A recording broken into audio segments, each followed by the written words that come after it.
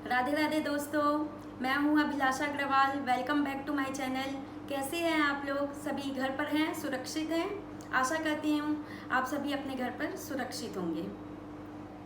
तो दोस्तों, आज का हमारा टॉपिक है तिलक के बारे में कि हमें कौन सी उंगली का प्रयोग किसे तिलक करते समय करना चाहिए। तो आज का हमारा टॉपिक यही है, तिलक के बारे में। मैं आप लोगों को सबसे पहले बताती हूँ कि पूजा करते समय हम सीधे हाथ का प्रयोग करते हैं, लेकिन सीधे हाथ में कौन सी उंगली का प्रयोग करना है ये हम जानते हैं। पहले हम जानते हैं उंगलियों के बारे में। हमारे हाथ में 5 उंगलियाँ होती हैं। पहली लिटिल फिंगर कनिष्ठा, दूसरी रिंग फिंगर अनामिका, तीसरी मिडिल फिंगर मध्यमा, फिर चौथी होती है तर्जनी इंडेक्स, और लास्ट में अंगूठा थंब। पहली उंगली होती है कनिष्ठा लिटिल फिंगर। इसका प्रयोग इसे हम तब यूज़ करते हैं जब कोई चिता कार्य किया जाता है, शवदाह का कार्य किया जाता है, अंतिम संस्कार का कार्य किया जाता है। ठीक है दोस्तों। और ये उंगली होती है तर्जनी इंडेक्स। इसका प्रयोग तब किया जाता है जब हम किसी पूर्वज, अपने पूर्वज या मृत व्यक्ति की फोटो या प्रतिमा पर तिलक करते हैं। तो ये लिटिल फिंगर और इंडेक्स फिंगर, इन दोनों उंगलियों का प्रयोग तब किया जाता है जब कोई व्यक्ति मृत होता है, मरता है या मृत हो चुका होता है, तब किया जाता है। तीसरी उंगली पर हम आते हैं, ये है अनामिका उंगली रिंग फिंगर। इसका प्रयोग तब किया जाता है जब हमें अपने से बड़ों का, जिनका हमें आशीर्वाद चाहिए, जैसे हमारे माता पिता, गुरु, ताऊ, चाचा जो भी हैं, उनसे हमें आशीर्वाद चाहिए होता है, तब इनसे हम एक बिंदु के रूप में तिलक करते हैं। चौथी उंगली है मध्यमा मिडिल फिंगर। इसका प्रयोग हम तब करते हैं जब हमें अपने माथे पर, स्वयं के माथे पर तिलक करना होता है। एक बिंदु के रूप में दोनों भौहों के बीच में, आईब्रोज के बीच में हम तिलक करते हैं। यह हमारे सौभाग्य में वृद्धि करती है। तो आपको पता है दोस्तों, इस उंगली से ही हम अपने माथे पर तिलक क्यों करते हैं? क्योंकि इसके नीचे ही भाग्य की रेखा होती है, और जब हम इस उंगली से माथे पर तिलक करते हैं तो ये हमारे सौभाग्य में वृद्धि करती है। अब आखिर में आते हैं हम अंगूठे के ऊपर, 5वीं उंगली।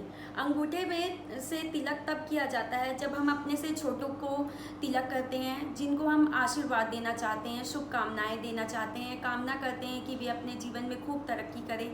तो अपने से छोटों का तिलक करने के लिए अंगूठे से एक बिंदु के रूप में उनकी आईब्रोज के बीच में तिलक किया जाता है, और फिर उसे अंगूठे से ही ऊपर की ओर बढ़ाया जाता है ताकि वे अपने जीवन में खूब तरक्की करें। तो अब यहाँ पे बात ये आती है दोस्तों कि हम तो अपने से बड़े होते हैं उनको भी शुभकामनाएं देते हैं, उनके लिए भी ये कामना करते हैं कि वे उनके जीवन में खूब सुख हो, वे ऐश्वर्य भोगें। तो इसके लिए हमें क्या करना चाहिए? तो इसके लिए जैसा कि मैंने बताया, जो हमारी रिंग फिंगर होती है, उससे अनामिका उंगली से हम उनके माथे पर एक बिंदु के रूप में तिलक करें।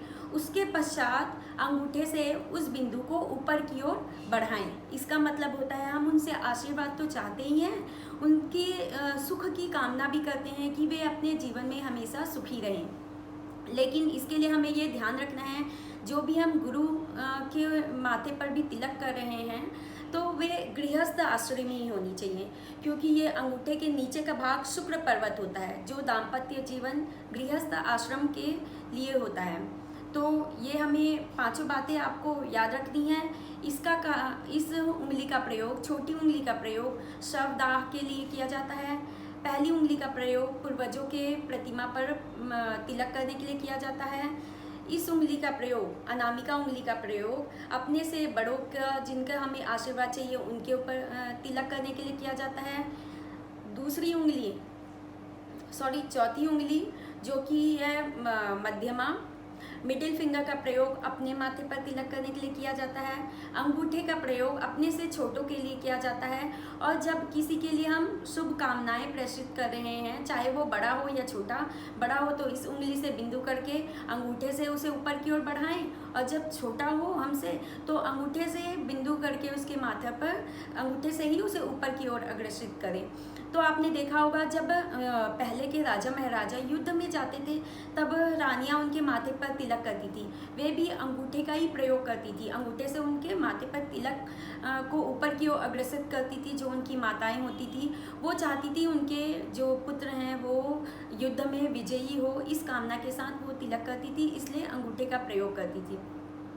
अब यहाँ पर मैं एक बात और बताना चाहूँगी दोस्तों, जैसा कि हम जब भी पूजा करते हैं, हवन करते हैं या माला जप करते हैं तो ये उंगली तर्जनी और कनिष्ठा, index finger and little finger, इन दोनों उंगलियों का प्रयोग वर्जित माना गया है, क्योंकि अभी मैंने बताया इन दोनों उंगलियों का प्रयोग तब किया जाता है जब व्यक्ति मृत होता है। तो जब भी हम पूजा कर रहे हैं तो इन दो उंगलियों का स्पर्श नहीं होना चाहिए हमारे माला में या फिर पूजा में। जब हवन में जब हम आहुति दे रहे हैं तो हमारी ये मुद्रा होनी चाहिए, इसे भृगु मुद्रा बोलते हैं। इसमें इन दो उंगलियों का स्पर्श नहीं होना चाहिए। उसी प्रकार जब हम माला जप कर रहे हैं तो माला को आगे की ओर खसकाते जाएं और ये दो उंगलियों को इनसे दूर रखें।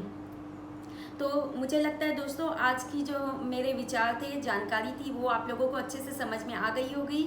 अगर आप लोगों को इस बारे में कोई भी डाउट्स हो तो आप प्लीज़ मुझे कमेंट बॉक्स में लिखकर ज़रूर पूछें। और आप लोगों को मेरी जानकारी आज की कैसी लगी ज़रूर मुझे कमेंट बॉक्स में लिखकर बताएं। प्लीज़ लाइक करें, सब्सक्राइब करें मेरे चैनल को। धन्यवाद दोस्तों, थैंक यू, राधे राधे।